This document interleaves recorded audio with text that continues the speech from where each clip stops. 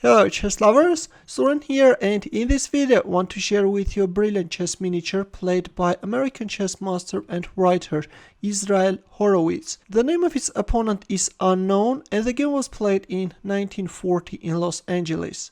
Horowitz was playing with the white pieces opened up with e4 and black responded with e5. Knight c3, we have the Vienna game, knight c6, bishop c4, bishop c5 and queen g4. With this active queen jump, white is targeting the pawn on g7, thus making use of the absence of black's dark squared bishop. Queen f6, which is an inaccurate move. Instead of playing queen f6, it was better to play g6. But in our game we have queen f6, with which black is both protecting the pawn on g7 and at the same time is attacking the pawn on f2. On the surface it may seem that this is a good move, but this allows white to gain advantage. Here Horowitz played knight d5, attacked black queen and the pawn on c7 and allowed queen takes f2 move, and black went for it. Queen takes f2 check is on the board, king d1. Though black forced white to move his king, white king is now in safety, while still there are two major problems for black to solve. King f8 was played, which is an absolutely correct move, and knight h3. By developing his knight with a tempo, white will now kick away black queen and will put his rook on this semi-open f-file, thus putting a devastating pressure along that file. Queen d4.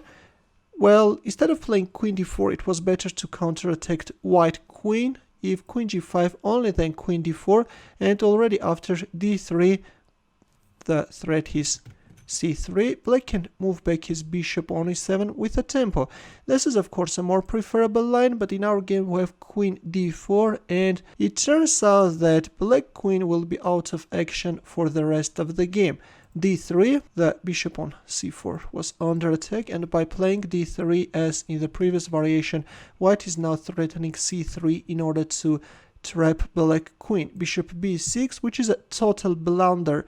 Black is opening up an escaping route for his queen, but this is a blunder. Instead, it was better at least to play bishop e7.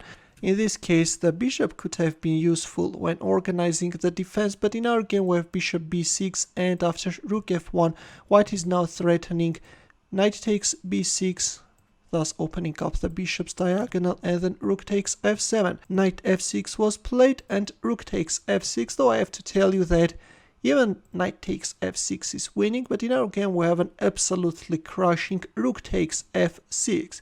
With this exchange sacrifice, white is breaking into pieces black's king side. Now if g takes f6, then bishop h6 check is coming, followed by queen g7. Black's position is totally lost. But in our game, after rook takes f6, black played d6, decided first to kick away white queen and then recapture on f6. But I have to tell you that even this simple queen g3 move is winning. But in our game, after d6, instead of moving back his queen, white made a powerful move. As we have reached the critical position, please pause the video and try to find the mating line for white. By playing d6, black allowed white to mate black king in 5 moves, and I hope that you can find that devastating line. Ready? In here, Israel Horowitz played queen takes g7. Look at this brilliant queen sacrifice, guys. This is the start of a staggering combination. King takes g7. Well, if king 8, then simply queen takes h8. And again, black king is quickly getting checkmated. Here is one of the possible lines. In our game, after queen takes g7, we have king takes g7 and bishop h6 check. King g8, and another powerful move, this time rook g6 check. With this move, white is freeing the f6 square for the knight with a tempo, though I have to tell you that knight e7 sacrifice is equally strong. In this case, white is opening up the light squared bishop's diagonal. If knight takes e7, then bishop takes f7, checkmate. But in our game, we have probably this is a more beautiful move. Rook g6 check, h takes g6, and we have it. Knight f6 checkmate. This is move 14, and we have a killed enemy king on the board. So what did Horowitz sacrifice? A rook and a queen, right? Yes, and announced a checkmate on move 14. In the end, let's also solve a chess puzzle. This is a simple one. It's white to move and win the game. I'm sure that you can find the winning line for white very quickly.